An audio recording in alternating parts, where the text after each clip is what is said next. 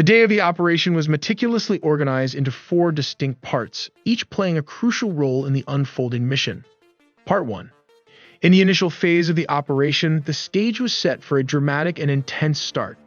At around 6:30 in the morning, a staggering 3,000 rockets was launched from Gaza.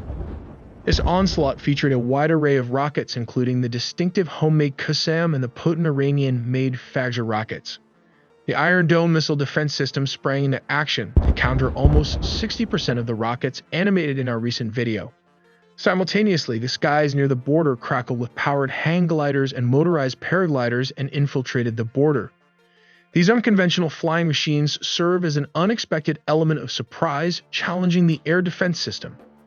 After the fighters aboard the hang gliders landed, they secured the surrounding terrain, enabling an elite commando unit to subsequently breach the fortified electronic and cement wall constructed by Israel.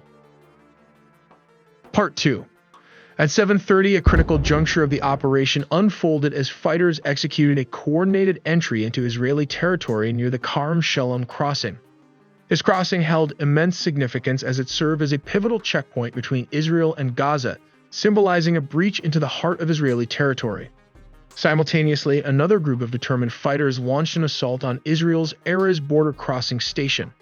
With calculated precision, they employed explosives to shatter the formidable barriers that had stood in their way. Following this daring act, they swiftly sped across the border on motorbikes. Further enhancing their advance, bulldozers were deployed to widen the gaps created by the explosive breaches, facilitating the influx of even more fighters. These additional reinforcements made their entry into Israeli territory aboard 4-wheel drives, steadily expanding their presence within the enemy's borders.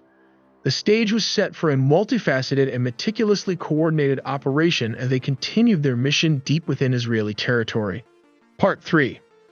A commando unit attacked the Israeli army's southern Gaza headquarters and jammed its communications, thus preventing personnel from calling their commanders or each other.